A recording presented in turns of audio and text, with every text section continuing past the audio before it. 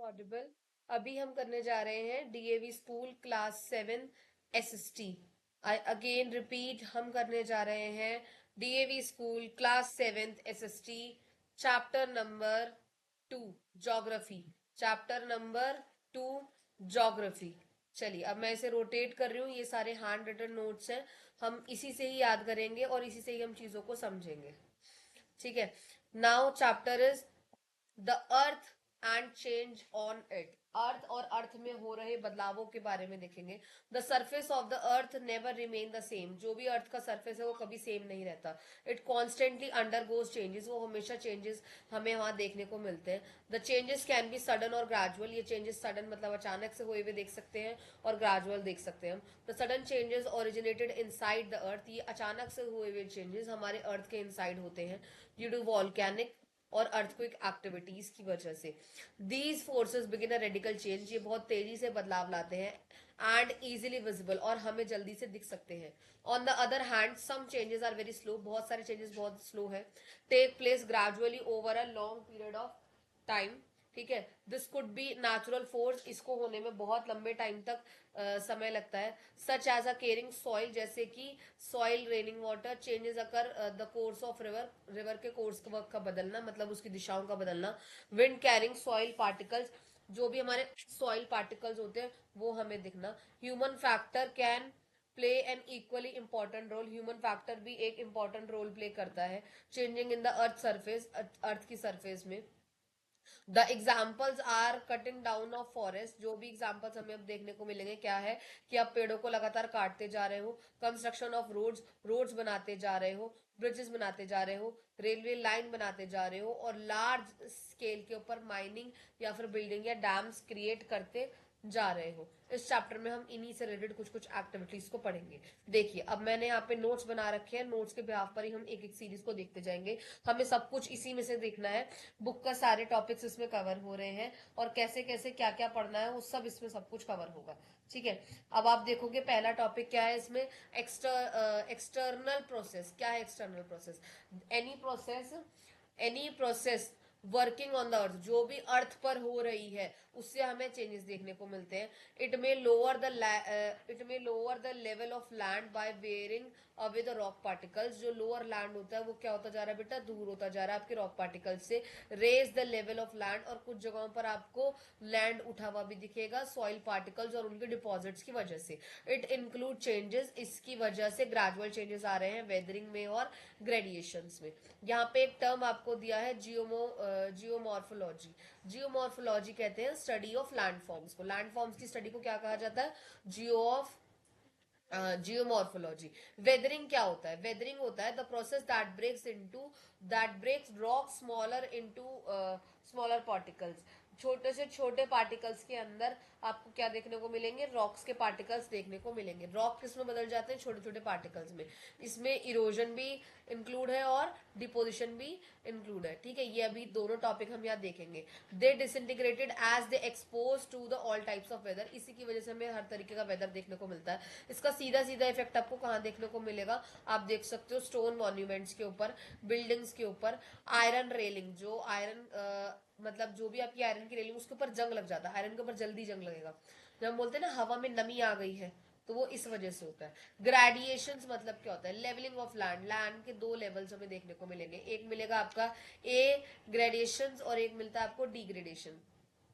ठीक है। अब देखते हैं ए के अंदर क्या होगा। एड, ए फॉर ए आ रहा है तो एडिंग सेडिमेंट, सेडिमेंट्स ऐड होते चले जाते हैं, जिससे आपका जो लेवल है लैंड का वो क्या होगा? बढ़ता जाएगा। मतलब मान लो यहाँ पर लैंड है और यहाँ पे पत्थर आते चले गए, आते चले गए, आते चले गए, और एक टाइम बाद ये लैंड इतना ऊंचा हो जाएगा। ठीक है। डिग्रेडेशन मतलब होता है जब वेदरिंग की वजह से आपके सेडिमेंट्स ब्रेक डाउन होते हैं और लेवल का, लैंड का जो लेवल है वो लो हो जाता है। इसका मतलब चीजें हट रही है। अब हम यहाँ पे दो टर्म्स को देखेंगे, एक है इरोजन और एक है डेन्यूजन। ये दोनों ही दो टर्म्स एक ही हैं और इसके ऊपर शॉर्ट नोट आता है, ठीक है। Gradual wearing and carrying all those particles, जिसके अंदर जितने भी पार्टिकल्स होते हैं वो क्या हो जाते हैं, लूज हो जाते हैं, ढीले पड़ जाते हैं, जिस वजह से वो एक जगह से दूसरी जगह जाते हैं। इसी को ही हम वेदरिंग एजेंट्स कहते हैं। और वेदरिंग एजेंट्स कौन कौन से हो सकते हैं, कैसे कैसे जा सकते हैं, मतलब एक अर्थ सरफेस से दूसरे अर्थ सरफेस पर पहुंच जाते हैं। जैसे हम विंड कहते हैं, सी वेव्स कहते हैं, रनिंग वाटर कहते हैं, या फिर मूविंग आइस मतलब आइस का पिघलना कहते हैं। डिपोजिशन क्या होता है, डिपोजिशन का मतलब होता है एक जगह पार्टिकल दूसरी जगह में जाकर एक दूसरे हिस्से में क्या हो जाए, डिपॉजिट हो जाए। Deposition refers laying down of the sediments, sediment जो है वो देखने को आपको मिलेंगे which have carried from a distant part of the earth surface, एक अर्थ के दूसरे सरफेस पर, मतलब एक सरफेस है, मान लीजिए ये एक अर्थ का सरफेस है, ठीक है, यहां से लेकर आपको किसी दूसरे पार्ट के हिस्से में वो सरफेस पे जमा हुए मिलेंगे। सरफेस बाय वेरियस एजेंट, अलग अलग तरीके के एजेंट्स के थ्रू कंटिन्यूस प्रोसेस चलती है, ठीक है। इसी से ही हमारी सॉइल जो है वो दूसरे प्लेस पर हमें रिजल्ट फॉर्मेशन देखने को मिलता है। इरोजन किसके ऊपर डिपेंड करता है, टेम्परेचर पे डिपेंड करता है, वेजिटेशन पे, कवर वेजिटेशन जितनी तरीके की उस पर डिपेंड करता है, रेनफॉल पे, स्लोप ऑफ लैंड पे, टाइप्स ऑफ सॉइल पे, या फिर जो भी लैंड का हम इस्तेमाल कर रहे हैं उसमें कैसे कैसे चेंजेस आ रहे हैं उसके ऊपर। अब यहाँ पे हमने 3 या 4 टाइप पढ़ने हैं। पहला है आपका रनिंग वाटर, यहाँ आप बुक का पेज रेफर करोगे, पेज नंबर 8 और 9, वो पूरा टॉपिक आपको यहाँ पे रीड करना है, ठीक है। इसमें हम देखेंगे कि जब नदी बनती है तो उसकी वी शेप कब होती है, उसका मीएंडर्स कब बनते हैं, उसकी एस शेप कब होगी, दैट्स इट, बस इतना पढ़ना है। एक बार गो थ्रू करना, नहीं समझ में आएगा तो मैं पढ़ाऊंगी, ठीक है। अब ग्लेशियर्स क्या होते हैं, विंड क्या होते हैं, या सी वेव्स क्या होते हैं, ये समय पढ़ना है। ग्लेशियर्स क्या होते हैं, rising in temperature resulted in melting of ice, जैसे जैसे टेम्परेचर बढ़ रहा है वैसे वैसे आइस क्या हो रही है, मेल्ट हो रही है। और एक बड़ी मात्रा में जब आइस जो है वो मेल्ट होती है उसे ही हम क्या कहते हैं, ग्लेशियर्स कहते हैं। कहाँ देखने को मिलता है, high altitude of Himalayas, Himalayas में देखने को मिलेगा, जहां पर फ्रीजिंग से भी टेम्परेचर क्या होता है, बिलो होता है, बिल्कुल जाके नीचे होता है। राइजिंग इन मूविंग वाटर मतलब क्या, आपके इसके साथ क्या देखने को मिलेगा, सॉइल वहां की लूज हो चुकी है, ढीली पड़ चुकी है, तो उसके साथ छोटे छोटे पत्थर और रॉक्स भी आपको देखने को मिलेंगे। अब यहाँ पे हमें 2 टर्म देखने हैं, दैट इज कॉन्टिनेंटल ग्लेशियर और एक माउंटेन ग्लेशियर। समझ में आ रहा है, कॉन्टिनेंटल ग्लेशियर जहां पर आइस का एक ह्यूज कवर होगा, जहां पर वो जो कॉन्टिनेंट पे होगा, जैसे अंटार्कटिका और ग्रीनलैंड, ठीक है। माउंटेन ग्लेशियर कौन से होते हैं, जहां पर जो स्मॉल एरिया के अंदर क्या देखने को मिलेंगे, आपके माउंटेन्स देखने को मिलेंगे, that is the Siachen glacier और गंगोत्री ग्लेशियर, ठीक है, ये आपको देखने को मिलेगा। नेक्स्ट है आपका विंड, विंड क्या होता है, air can neither be seen nor felt, ना ही हम उसे देख सकते हैं ना ही हम उसे फेल्ट कर सकते हैं, बट विंड क्या है, एक स्विफ्ट हॉरिजॉन्टल मूवमेंट है एयर का जो हमें देखने को मिलता है। स्ट्रॉन्ग विंड्स क्या होती है, देयर आर लिटिल रेनफॉल, जहां पर ज्यादा रेनफॉल होती है, मर्ज वेजिटेशन होती है, और तेज हवाएं चलती हैं जमीन पर, उसे कहा जाता है। लूज रॉक पार्टिकल्स हमें देखने को मिलते हैं, जो इजीली एक हवा, मतलब जब हवा बहेगी तो दूसरी जगह वो जा सकते हैं। विंड क्या है, एक एजेंट है, किसका, ग्रेडिएशंस का, ठीक है। और ये क्या काम करता है, कॉमनली डेजर्ट के अंदर आपको ज्यादा अच्छे से देखने को मिलेगा, जहां पे एक मतलब एक हिस्सा अगर रेत में, तो हवा चलेगी तो वो रेत आके आए आगे बढ़ती चली जाती है, ठीक है। स्ट्रॉन्ग विंड्स के अंदर कैपेसिटी होती है कि वो रब कर सके, स्क्रैप कर सके रॉक को, मतलब तेज हवाएं चलेंगी तो पत्थर और जो चट्टाने वो आपस में रगड़ेंगे, और जिससे हमें एक जगह पर क्या देखने को मिलता है, एक नया शेप देखने को रॉक टाइप का मिलता है। एक बहुत अच्छा एग्जांपल है इसका सैंड ड्यून्स, जो मैंने अभी आपको बताया। रेत क्या काम करती है, हवा से हल्की हल्की रेत उड़ेगी और एक जगह जाके इकट्ठी होगी, ऐसे जब बहुत सारी रेत इकट्ठी होती है तो सैंड ड्यून्स बन जाते हैं, रेतीले पहाड़ या रेतीले पर्वत जिसे हम कह सकते हैं, ठीक है। सी शोर और सी वेव्स क्या है, एक पावरफुल ग्रेडियंट है, ठीक है। ये कंटिन्यू स्ट्राइक करता रहता है, आपकी चट्टाने पानी की जो लहरें होती हैं उससे बिल्कुल क्या करती रहेंगी, कट टू कट टकराती रहेंगी, ब्रेक करती रहेंगी, जिससे जो रॉक्स है वो क्या हो जाएंगी, ब्रेक हो जाएंगी। मतलब मान के चलिए यहाँ पर सी वेव्स है, यहाँ पर कोई पहाड़ है, ये इससे कंटिन्यूस टकरा रही है, और आप देखो कुछ टाइम बाद ये हिस्सा ढीला होगा और ये पानी में गिर जाएगा, ठीक है। Such continuous erosion from steeps of side cliff faces the sea, ये क्लिफ्स भी बनाने को हमें देख, क्लिफ बनते हैं ना, छोटे छोटे जगहों पर क्लिफ बना दिए जाते हैं, उसे देखने को मिलता है। द इरोडेड मटेरियल में भी डिपॉजिट हो जाता है along the coast forming a beach, beach के ऊपर ह्यूमंस, ये मैंने गलत लिख दिया यहाँ पे, ठीक कर लेना, ठीक है। Human being are also play a crucial role, क्योंकि उन्हीं की फर्दर एक्टिविटीज की वजह से ये देखने को मिलता है, तो इसीलिए हमें इकोलॉजिकल बैलेंस बनाना चाहिए और इन सब चीजों को ठीक रखना चाहिए। Now comes to the topic of soil. Soil क्या होता है, इसके अंदर सबसे पहला टॉपिक हम पढ़ने वाले हैं ह्यूमस। सॉइल क्या है, बेसिकली लूज मटेरियल है एक सरफेस के ऊपर अर्थ का, ये मैंने आपको बताया है। ठीक है, ह्यूमस क्या होता है, दो तरीके से होता है, एक होता है ऑर्गेनिक, एक होता है इनऑर्गेनिक। ऑर्गेनिक क्या होता है, इनऑर्गेनिक क्या होता है, इसके अंदर आता है बेटा डिफरेंस बिटवीन, यहाँ आता है डिफरेंस बिटवीन। ठीक है, ये आपसे पूछा जाता है, तो इन दोनों के बारे में पढ़ेंगे। ठीक है, ऑर्गेनिक कहाँ है, जो कहाँ से आएगा, dead remain of plants and animal. ठीक है, ये पार्टिकल्स डिकम्पोज होंगे, जो कि एक डार्क मटेरियल में चेंज होकर क्या बना देंगे, ह्यूमस बना देंगे। और ये सॉइल क्या होती है, ये ह्यूमस क्या होती है, ये ह्यूमस क्या होती है, आपके एनवायरनमेंट में या आपके फर्टाइल लैंड के लिए जरूरी होता है। Rapidly form a humid air due to heavy growth of plant, जब ज्यादा ग्रोथ और ग्रोथ किसकी होती है, प्लांट्स और एनिमल्स की, तब हमें देखने को मिलता है। ठीक है, और ये सबसे ज्यादा लो कहाँ होगी, डेजर्ट के अंदर होगी।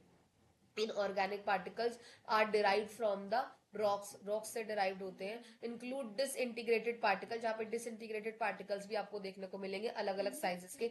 अब अलग अलग साइजेस से क्या मतलब है, कुछ ग्रेवल्स देखने को मिलेंगे बड़े साइज के पत्थर जिसे हम बोलते हैं। स्टैंड स्टिल्ट क्ले, ये छोटे पार्टिकल्स होते हैं, जिसके अंदर हम सैंडी लूमी क्ले वगैरह के बारे में हम बात करते हैं। अब आ जाओ फॉर्मेशन ऑफ सॉइल, कितनी तरीके की सॉइल होती है। यहाँ पर मैंने ऊपर एक टेबल दे रखा है, सबसे ऊपर होगी टॉप सॉइल, फिर आएगी सब सॉइल, फिर आएगा वेदरिंग रॉक, और लास्ट में आएगा सॉलिड रॉक। ठीक है, ये देखिए, ये मैं ना रोटेट कर देती हूँ यहाँ पे, ये कुछ ऐसा दिखता है आपको सॉइल इरोजन। ऐसे हमारे पहाड़ या पेड़, या पेड़ का इमेजिन करते हैं हम, एक पेड़ कैसे ग्रो कर रहा होगा, नीचे क्या होगी, ह्यूमस होगी। ठीक है, फिर उसके नीचे क्या होगा, टॉप सॉइल होगा, जिस जैसे इसकी जड़ें नीचे तक जाने लगेंगी, वहां पे क्या आएगा आपका सब सॉइल। अब मेन रूट जहां आकर टकरा रही है, जहां पर पत्थर पत्थर देखने को मिलेंगे, वहां क्या आएगा, वेदर रॉक, और सबसे बड़े बड़े पत्थरों का मतलब क्या है, बेड रॉक। ठीक है, ये मैंने बहुत ज्यादा डिटेल में यहाँ पर बता दिया, सॉइल की लेयर्स ऐसे ही काम करती है। ठीक है, अब हम इसमें देखते हैं आपकी बुक में जो उन लोगों ने मेंशन कर रखा है। ठीक है, अगर पॉइंटर्स भी आते हैं एग्जाम में तो भी आपको इसी फॉर्म के अंदर लिखना है। ठीक है, अब देखिए ट्रांसपोर्टेड सॉइल क्या है, ये एक स्लो प्रोसेस है, थाउजेंड्स ऑफ ईयर लग जाते हैं सॉइल्स की लेयर बनने में।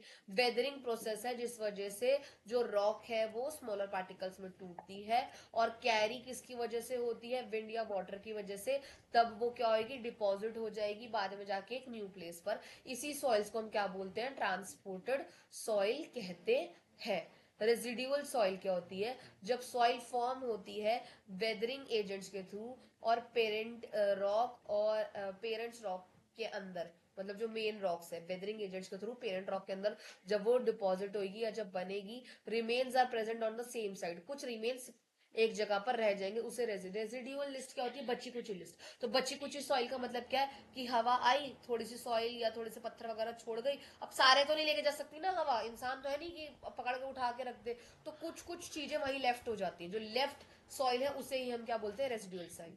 हॉरिजन्स क्या होते हैं, अलग अलग स्पैन ऑफ टाइम के अंदर अलग अलग तरीके से सॉइल्स को दिखाया गया है, कि डेवलप करता है लेयर्स, और यही लेयर्स को क्या कहा जाता है, हॉरिजन कहा जाता है। ये लेयर्स जो मैंने आपको दिखाई है ना, soil layers, they are the horizons. ठीक है, बेडरॉक कौन सी होती है, बॉटम से टॉप तक आते हुए लोएस्ट हॉरिजॉन में आएंगे तो बेडरॉक मिलेगी। वेदर्ड रॉक मैंने आपको बताया, अभी पीछे जितने भी आप देख रहे हो ये चट्टाने छोटी छोटी देखने को मिल रही है, वो सारी ये है। और आप देखोगे टॉप सॉइल किससे रिच होती है, ह्यूमस से, मतलब सबसे ऊंची वाली टॉप सॉइल में क्या मिलेगा आपको, ह्यूमस तो मिलेगा मिलेगा, देखिए ना, क्योंकि सबसे ऊपर क्या है हमारे पास, ह्यूमस ही है। अगर आप पिक्चर देखोगे तो इसके अंदर भी आपको ह्यूमस देखने को मिल रहा है, जो कि यहाँ तक तो आएगा आएगा, है ना, तभी तो जाके इसके नीचे वेदर रॉक में देखने को मिलेंगे। अब हमारे पास लास्ट टॉपिक बचा है, और उसके बाद ये हमारा फिनिश्ड। ठीक है, मैं इसे रोटेट और कर लेती हूँ। देखिए, अब हम देखेंगे distribution of soil, alluvial soil, black soil, red soil, laterite soil, सब कुछ मैं अगेन बता रही हूँ, किताब पढ़ने की जरूरत नहीं है, सिर्फ ये शीट्स उठाना, नोट्स उठाना, इसमें फुल्ली फ्लैश दिया हुआ, सब कुछ इससे इजीली याद हो जाएगा। ठीक है, पहली बात, ये एल्यूवल सॉइल कहाँ मिलती है, लार्ज हिस्से में मिलती है इंडिया के। ब्लैक सॉइल कहाँ मिलेगी, दक्कन प्लेट्यू में मिलेगी। रेड सॉइल कहाँ मिलेगी? पेनिनसुलर इंडिया मिलेगी। मतलब पेनिनसुलर कौन सा हिस्सा होता है? जो तीनों साइड से पानी से कवर्ड होता है। लेटरेट सॉइल कहाँ मिलेगी? पेनिनसुलर प्लेट्यू पे मिलेगी, प्लस हिली स्लोप्स, मतलब जहां पर थोड़ी चट्टानी होंगी और जहां पर रेनफॉल वाला रीजन होगा वहां देखने को हमें मिलेगा। ऐसे red soil north eastern part of the India में देखने को मिल सकती है। ब्लैक सॉइल कहाँ कहाँ पे मिलेगी? महाराष्ट्र में मिलेगी, गुजरात में मिलेगी, कर्नाटक में मिलेगी। यहाँ पर कॉटन ज्यादा उगता है और इसीलिए कॉटन ज्यादा उगने की वजह से इसे कॉटन सॉइल भी कहा जाता है। अब रेड सॉइल का अगर आप देखोगे भी नॉर्मल तरीके से, ये पहली बात कौन से कलर में होती है? रेड कलर में होती है। रेड कलर में क्यों होता है? Presence of iron. रीजन भी मैंने लिख रखा है वाई, क्योंकि इसके अंदर सबसे ज्यादा क्या होता है? आयरन होता है। ऐसे लिटरेट सॉइल कहाँ बनती है जी? लीचिंग प्रोसेस के थ्रू बनती है। एल्यूवल सॉइल कहाँ मिलेंगे? एल्यूवल सॉइल डिपॉजिट्स होता है सेडिमेंट्स रिवर्स का। ये फर्टाइल होती है? हाँ फर्टाइल होती है। मेजर लैंडफॉर्म यहाँ पर सबसे ज्यादा, अब फर्टाइल तो एग्रीकल्चर बहुत अच्छे से होगा तो इसलिए एग्रीकल्चर के लिए। ठीक है, अब आ जाओ सॉइल इरोजन। सॉइल इरोजन क्या होता है? Removal of the top soil, top soil हट जाती है। Soil erosion has become maniac which cause decline of the crop yields, जो आपकी क्रॉप यील्ड्स के अंदर डिक्लाइन करेगा। This is happening due to the wrong human practices. और ये क्यों होता है? क्योंकि लोग बाग गलत ह्यूमन प्रैक्टिसेस करते हैं। कौन सी ह्यूमन प्रैक्टिसेस होती है? जैसे पेड़ों का कटना, ओवर ग्रेजिंग ऑफ एनिमल, बार बार जाके एनिमल्स को चरवा रहे हैं वहां पे, फिर तुम खाते जाओ खाते जाओ खाते, तो एक टाइम बाद आके सॉइल इरोज मतलब हट जाएगी। इरेज से याद रखो इरोजन। तो क्या ठीक करने के लिए हम कर सकते हैं? सॉइल कंजर्व करें, प्लांटेशन लगाएं और सेलेक्टिव टाइप का एग्रीकल्चर करें। सेलेक्टिव टाइप का एग्रीकल्चर का क्या मतलब है? जो सॉइल की नीड है, जैसे क्रॉप रोटेशन करना है तो क्रॉप रोटेशन करो, मल्टीपल क्रॉपिंग करना है तो मल्टीपल क्रॉपिंग करो। सॉइल को डेवलपमेंट की जरूरत है, मतलब उसमें आपको कुछ मेन्योर फर्टिलाइजर्स ऐड करने तो वो करो। और पैस्चराइज करो लैंड को। लैंड को पैस्चराइज करने का मतलब है जब भी आप एनिमल्स को ग्रेजिंग कराने के लिए लाओ तो ओवर ग्रेजिंग मत कराओ, लिमिटेड टाइप के ऊपर लाओ और ना उनका कुछ सेक्शंस बना दो। पहले ये वाला फिनिश होगा, then they will go to the next section, then they will go to the next section. ऐसे करके कुछ ना कुछ मैनेजमेंट्स लेके आओ ताकि वो लैंड खराब ना हो। ये है यहाँ पे। ठीक है, now this chapter is close. और मैंने इसमें बुक की एक एक लाइन उठाई है। मैं अगेन बोल रही हूँ, मैंने इस बुक में एक एक लाइन उठाई है। ऐसा कुछ नहीं है कि आपको ना समझ में आए। फिर भी कुछ नहीं समझ में आ रहा तो मुझसे पूछना। ठीक है, कमेंट सेक्शन में लिख देना कि ये हमें समझ नहीं आया। कुछ और पूछना है तो मुझसे वो भी पूछ सकते हो। सिर्फ और सिर्फ यही नोट्स उठाने हैं याद करने के टाइम पर। और फिर भी आपको लगे कि बुक का अगर कुछ रह गया हो तो आप बुक खोल के देख सकते हो। सारी लाइंस लाइन बाय लाइन सब में मैच हो जाएगा। ठीक है, तो आप इसको अच्छे से एक बार रिवाइज करोगे, कुछ नहीं समझ में आएगा तो फिर मुझसे पूछोगे। ठीक है, हम मिलते हैं नेक्स्ट चैप्टर के साथ नेक्स्ट